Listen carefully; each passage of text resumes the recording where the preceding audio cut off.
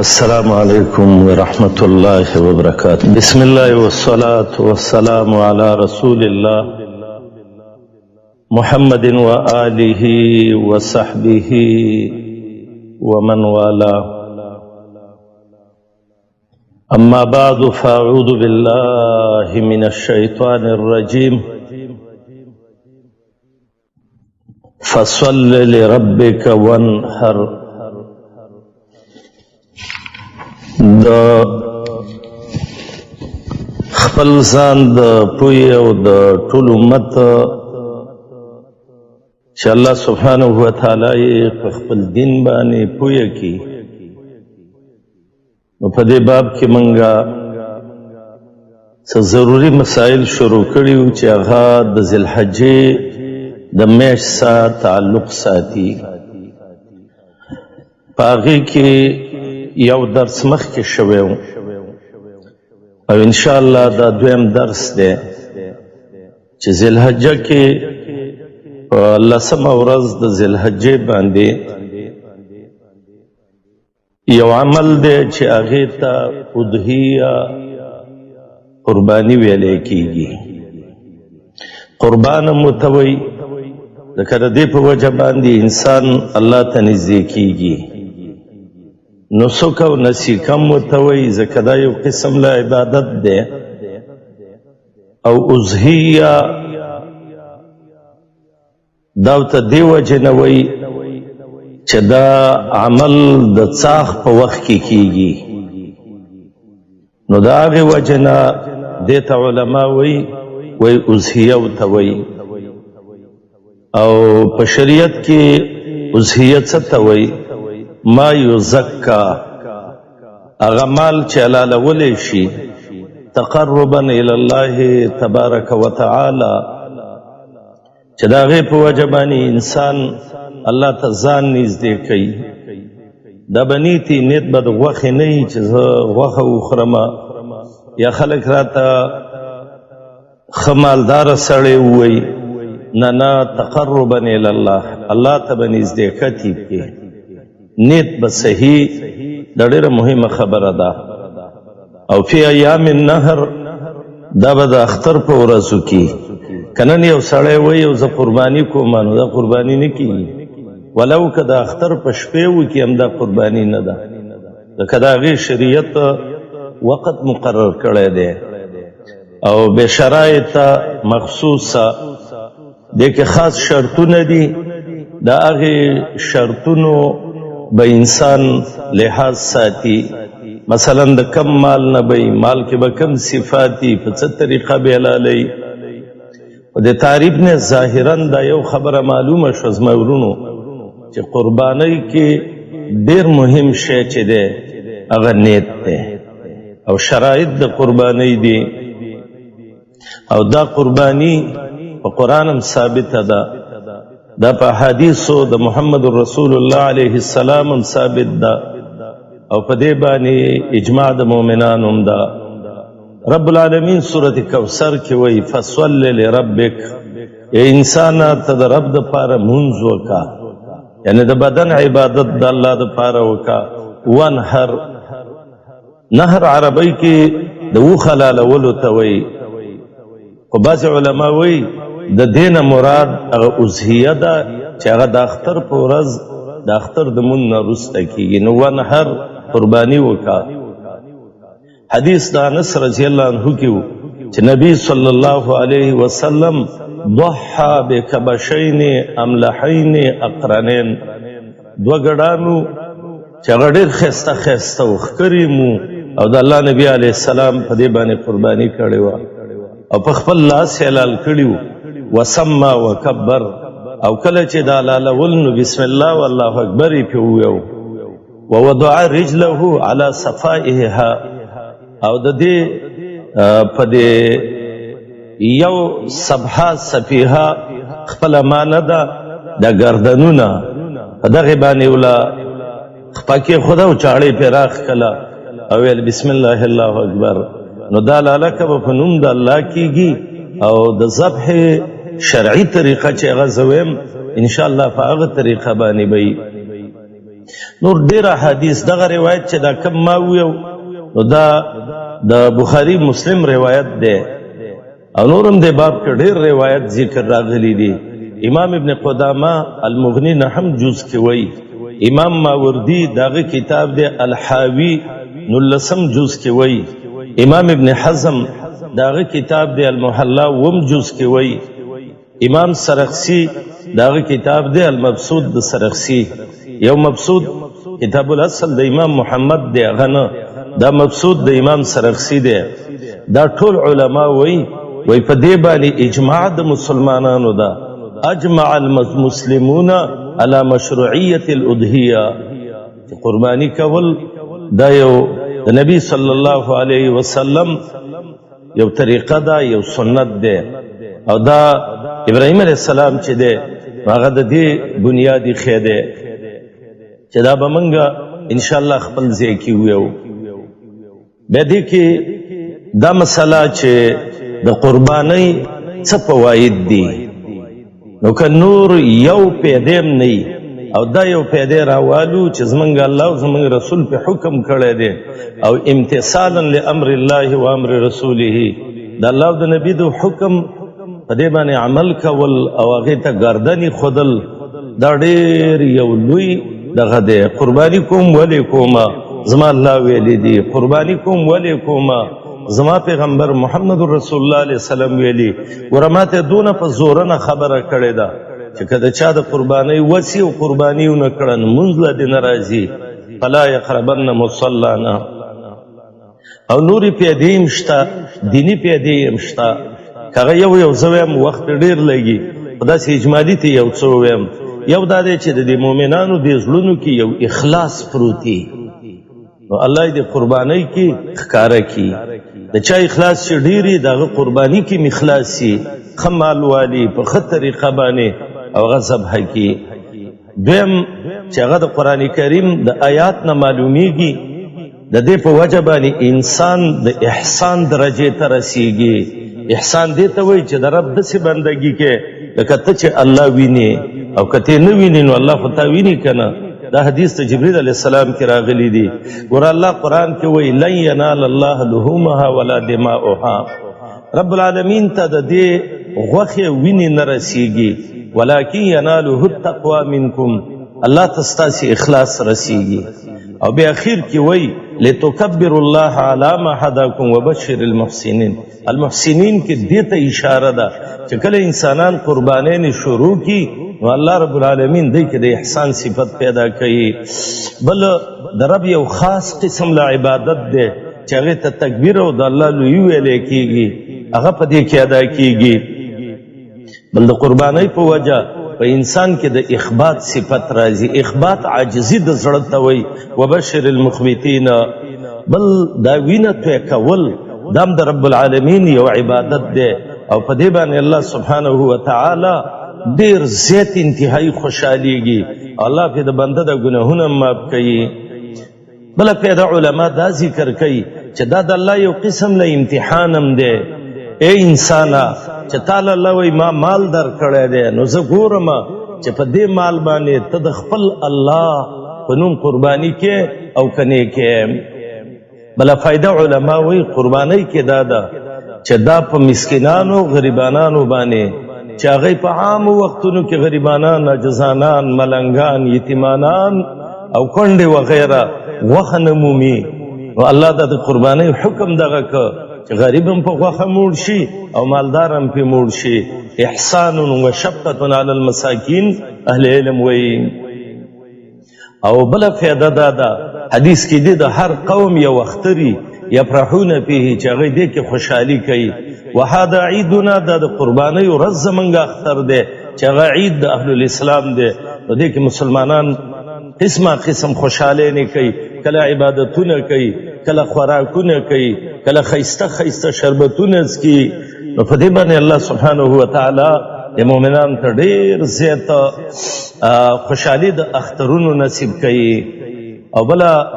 نور علما وایي د دې نورې دنیوي پیدې دي هغه دا دی چې مسکینان دا مالونه غټوي او د دې تربیه کوي او بیا دې ورځو کې خرڅ کړي نو هغو ته هم پکې فایده وشي بل دا دی چې په دې ورځو کې قصابان هم مزدورانې وکړي، بل د دې د څرمنو نه قسمه قسم څیزونه جوړ شي، څپلۍ ترې جوړې شي، نور څیزونه ترې جوړ شي، مدارس او د خیر مؤسسات په دې باندې وچلیږي، او د دې د غوښو نه او د دې د نورو اډوکو نه وغیره د ټولو نه مؤمنان د پلو نه فایدې را واخلي. او بل دا دی چې دې نه خلک لباسونه جوړ کړي. بل دا حیوان چې کله انسان د الله په نوم حلال کړي نو د انسان د دې زړه نه هغه جبن صفت چې دی هغه وځي، چې هلکه بزدلي نه کوه ګوره. نو دا ډېره زیاته یو عجیبه او یو ناشنا عمل دی. او قرباني چې د زما ورونو دا هغه عمل دی چې محمد رسول الله علیه الصلاة والسلام دې کې ډېر تاکید ویلی دی، او په خپله نبي علیه الصلاة والسلام کړی دا. ابن قیم زاد المعاد دویم جز کې لیکلی دي چې په خپله محمد رسول الله لا څه کې ابی عایشه وی منګه مینا کیو او نبی کریم علیه السلام چاله غوښې ورکړې وې، غوښې راوړې، موږ تپوس وکړه دا څه دي؟ ویلی شو چې دا نبی کریم علیه السلام غوا لاله کړې ده د خپلو بیبیانو نه. نو دا دومره یو بهترین عمل دی، باید چې دا عمل انسان وکي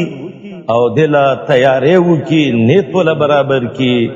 ورونو دا یو خبره چې د دې اضحیې او د قربانۍ څه حکم دی، نو دې کې د علماو اختلاف دی. دوه قول اهل علم ذکر کوي، لکه امام مغنی او حاوی ماوردی کې، مبسوط کې، امام نووي المجموع کې دا دوه قول ذکر کړي دي. یو قول دا دی چې دا په مالدار خلکو باندې فرض ده، دا د ربیعه او د اوزاعي او د امام ابو حنیفه او د لیث او د بعضې مالکیانو قول دی، الله دې په ټولو باندې رحم وکړي. او دویم قول دا دی چې دا سنت مؤکده ده. خو دې باره کې که دغه دلیلونه او دا موږ ویو نو دا وخلي، خو دومره به ویو چې د چا وسي نو په هغه چې وکړي واجب وي پې دا غوره دی. او دغه سنت مؤکد چې دي نو دا موجوب ته قریب دي. په کومو مالونو باندې قرباني کیږي نو دې باب کې شریعت چې کوم الفاظ ذکر کړي دي نو هغه به موږ ویو انشاءالله، او د هغې به موږ تفسیر کوو. خو دا تفسیر به په قرآن حدیث او په لغت او به فهم سلف باندې کوو. دې کې به چا تاویل او ماویل پسې نه ځو، او دې کې به موږ او تاسې له پکار دي چې شرعي مسله چې دا موږ او تاسې په شرعي طریقه باندې وکړو، چې په دې کې موږ او تاسې زما ورونو نب کې زیاتې وکړو افراط او نب کې تفریط وکړو. ډېره یو دیني مسله یي، د هغې نه خلک یو دومره مسله جوړه کړي، وړه مسله یي او هغه د اسمان سر ته یې وخېږئ، او غټه مسله یي او راواړته یې د خپو سې دغه کړي. افراط او تفریط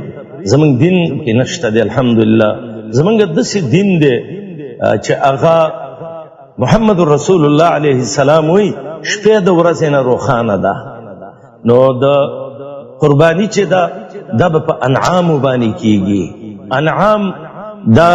یو ابل دی، عربی کې ورته ابل وی، دویم بقر دی، او دریم دوئن دی، او څلورم معز دی. اوس دا الفاظ راغلي دي نو دا به موږ د شریعت په اندازه باندې د هغې وضاحت کوو. رب العالمین څه وی؟ لیذکروا اسم الله علی ما رزقهم من بهیمة الانعام، سورة الحج کې ویلي دي. او ابن منذر او نور علماو په دې باندې اجماع نقل کړې ده چې د دې نه ما سوا په نورو باندې قرباني نه کیږي. چا چې ویلي دي چې په خادمۍ قرباني کیږي، بعض علما هغه ویلي، لکه ابن حزم صاحب هم ویلي دي چې هر حیوان چې د هغې غوښه خوړلی شي او څلور خپیزې یو که مرغۍ وایي په دې باندې هم کیږي. یو روایت یې دلیل راوړی دی، وی بلال ته ویلی چې ما کنتو بلال رضی الله عنه به ویلی ابالي لو ضحیت بدیکن، که زه بانګې لال کوم قرباني پې وکړم هم وی دغه دی، دا صحیح ده وی. دا د دوی نظر دی. نور موږ ته چې قرآن کریم څنګه ویلی دی او محمد رسول الله د هغې په زندګۍ کې څنګه تیر شوي دي، نو هغه دا دی چې بهیمة الانعام به وي. چېرته څوک بهیمة الانعام نه وایي او د دې علماو به په خپل ځای باندې احترام کوو او یو عالم دی یو مسله کې هغه خوښ شو نو هغې ته زلات د علما وایي نو په هغې کې به موږ او تاسې د هغې د زلات نه راخلو بس هغې نه به اعراض کوو حقه خبره به یې موږ رالو ځکه دا حقه خبره چې ده دا د مؤمن یو ورک شوی شی دی نو چې کوم ځای کې به یې میته نو هلته به اخلي د جمهور علماو قول دا دی چې د محمد رسول الله علیه وسلم نه قرباني په ابل بقر غنم په دیو باندې ثابت شوی ده ضأنه او بس شریعت کې دا دي نو چې دا ویلي دي نو موږ او تاسې به د دې وضاحت کوو ابل چې دی دا د څو قسمه ابل دي بقر چې دی چې دې سره میخ هم شامله ده دارنګې څونه انواع د بقر چې دي ورپسې ګډ دی نو ګډ کې چې څونه قسمونه دي چیلی دي بیزی دي نو هغې کې چې څونه قسمونه دي بس شریعت دا موږ ته یو نوع ویلی چې نوع الابل او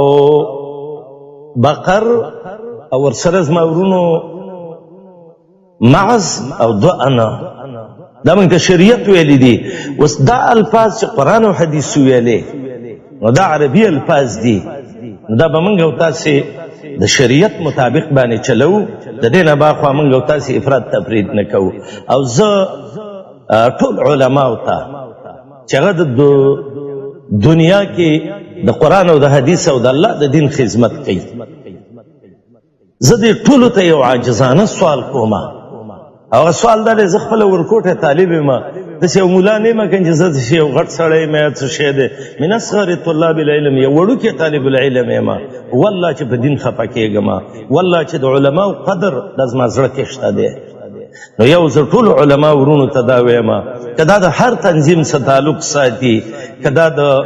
اهل حدیث علما دي که دا د اشاعت توحید و سنت علما دي که دا د جمعیت علما اسلام علما دي که دا د جماعت اسلامی علما دي که دا د هر تنظیم او د هر ډلې دي الحمدلله دا ټول زمونږ ورونه دي الله کې شریک یو رسول کې شریک یو قبله کې شریک یو کعبه کې شریک یو زمونږ او د دی الله یو دی او نور بعضې داسې اختلافي څه مسلې به وي نو د هغې څه به موږ ابهام تفهیم کوو زما ورونو زه ټولو علماو ته یو سوال کومه خیر زما دا د ملنګ مسکین عاجز طالب العلم یوه خبره ده هغه دا چې علما د علماو سپکاوی مه کوئ ورته شرع عقیدة الطحاویه به ویلي هغه دا چې د اهل سنت والجماعت مذهب دا دی چې دا به د علماو لیس لاحد ان یتبع زلات العلماء او د علماو عیبونه ویل دا بعضې داسې کشران ملګري یا مشراني ضد کې راشي نو کله وایي دا یو کافر دی او کله وایي دا بل کافر دی زه یم د الله نه ویرېږئ او دا خبرې مه کوئ یو معمولي مسله به ورپسې شوي به او د هغې نه به یو لویه قصه جوړه کړي لکه نن سبا دا یو موضوع ده چې میخه باندې قرباني کیږي او که نه کیږي نو تاسې چې کله دا نیټونه وګورئ یا دا نور نو دې علماو دې خولو نه لاړې تویږي او دا څه وایي نو یو په یو طرف راکاږي بل په بل طرف باندې زه هم دا څه وړه مثلا دا خو غټه مسله ده نو بعضې ورونه خو ګرال نو هغوی ویلې چې میخې اصل قرآن او حدیث کې ذکر نشته دی نو موږ ویو قرآن او حدیث کې د میخې ذکر هم شته دی خیر دی که تاسو ته نه معلوم موږ بېرته وښیو او چې چاته یو حقه خبره کوله بده یې مه ګڼئ بعضې داسې رال چې په میخه باندې قرباني نه کیږي وایي موږ ویو خیر دی تاسې ګزاره وکئ دا بقر دی په بقر باندې قرباني کیږي اوس درس لږ اوږدېږي نو انشاءالله زه به سبا دا ووایم چې په کوم کوم قسم وخ قرباني کیږي په کوم قسم غواګانو قرباني کیږي په میخې باندې قرباني کیږي که نه کیږي ګډو بیزو باندې کیږي که نه کورنو پارمو باندې کیږي او که نه انشاءالله که الله ژوند راکړه دا به زه سبا انشاءالله تفصیلي ووایم باذن الله خو زما وینا به داسې هغې کې به انشاءالله ضد نه وي حسد به نه وي افراط تفرید به نه وي د شریعت چې کومه خبره ده انشاءالله چې هغه انصاف دی او کومه حقه خبره ده موږ به هغه ویو الله دې موږ تاسو ته توفیق راکړي په دې باندې کوم ورور مسلمان چې خیر دی هغه زما دې خبره کې بیا لږ سوچ وکړي انشاءالله الله به ذهنونه کلاو کړي نو قرباني چې په څه کیږي ما یضحى به اهل علم وایي هغه څیزونه چې په هغې باندې قرباني کیږي ان شاء الله زه به دا سبا وایم چې یو ایبل ذکر کړي دي نو شریعت کې ایبل څه ته وایي دا څو قسمه دي بقر دي بقر څه ته وایي دا څو قسمه دي معز دی دارنګه دوان دی دا څو قسمه دي نو د هر یو احکام به ذکر کو رب العالمین دې موږ او تاسې له خپل دین کې پوهه او بصیرت نصیب کړي او الله دې زموږ نه راضي شي او په کتاب او سنت دې الله زموږ پوهه به فهم سلف نصیب کړي نه دې الله موږ او تاسې زدین ګرځي نه حسدین موږ دې د الله د کتاب او د مسلمانانو سره الله مینه کوونکي وګرځي وصلی الله وسلم علی عبده ونبیه محمد و آله وصحبه اجمعین